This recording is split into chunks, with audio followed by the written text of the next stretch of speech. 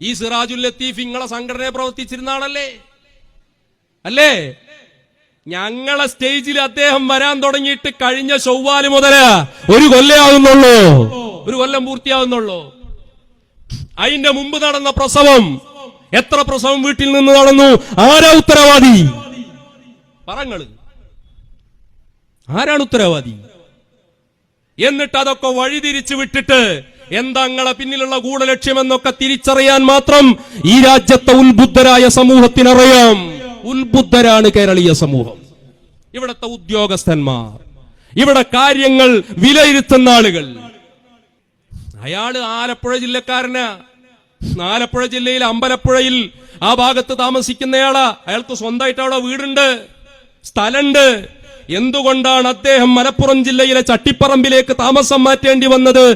നിങ്ങളുടെ സംഘടനയിൽ നിന്ന് മടവൂർ ശൈഖുനയുടെ മദ്ഹ് പറഞ്ഞയാൾ രംഗത്ത് വന്നപ്പോ അയാളെ ചാനലിനെ വേണ്ടുവോളം ഉപയോഗപ്പെടുത്തി എത്രയോ കാണികളുള്ള ആ വലിയ സംവിധാനം നിങ്ങൾ ഒരു കാലത്ത് സംഘടനക്ക് ഉപയോഗപ്പെടുത്തി. എല്ലാവരും അതിൽ കയറി പ്രസംഗിച്ചു.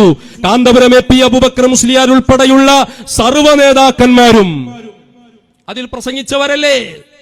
അവസാനം നിഴൽവാദിയായ പേരോട്ടുകാരൻ മൗലവി മടവൂർ ശൈഖുനക്കെതിരെ തിരിഞ്ഞു. കറാമത്ത് പറയാൻ പാടില്ല, ശൈഖുനായുടെ ഉന്നതി പറയാൻ പാടില്ല എന്നുള്ള വിഷയം വന്നപ്പോ അതിന് സംഘടനയുടെ മേലൊപ്പ് കിട്ടണമെന്ന് മനസ്സിലാക്കി മടവൂർ കാഫിലയുമായി സംഘടനക്ക് ബന്ധമില്ല എന്ന പത്രപ്രസ്താവന ഇറക്കി. ആ മനുഷ്യനെ നിങ്ങൾ ഒറ്റപ്പെടുത്തി.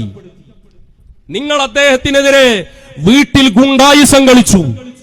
അയാൾക്ക് സ്വസ്ഥമായി ജീവിക്കാനുള്ള നീതി അവിടെ നിഷേധിച്ചു.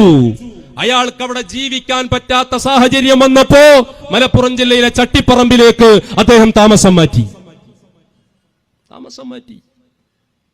ഇതൊക്കെ നിങ്ങൾ കാട്ടിക്കൂട്ടിയ ഗുണ്ടായിസമാണ്. ഞങ്ങളെ മശായിഖന്മാര് രോഗം വരുമ്പോ ചികിത്സിക്കാൻ ഇപ്പൊ ഞങ്ങളെ ഭാര്യമാരൊക്കെ, ഹസനി ഉസ്താദിന്റെ ഭാര്യയാകട്ടെ, അൻവരി ഉസ്താദിന്റെ ഭാര്യയാകട്ടെ, എന്റെ ഭാര്യയാകട്ടെ, ഞങ്ങളെയൊക്കെ ഭാര്യമാര് പ്രസവിച്ചത് എവിടെ? ഹോസ്പിറ്റലിലാണ്. ഞങ്ങളോട് ഞങ്ങളെ വന്യരായ ശൈഖുന പറയാറുള്ളത് എന്താ? രോഗം വന്നാൽ ഏറ്റവും നല്ല ചികിത്സ കൊടുക്കണം.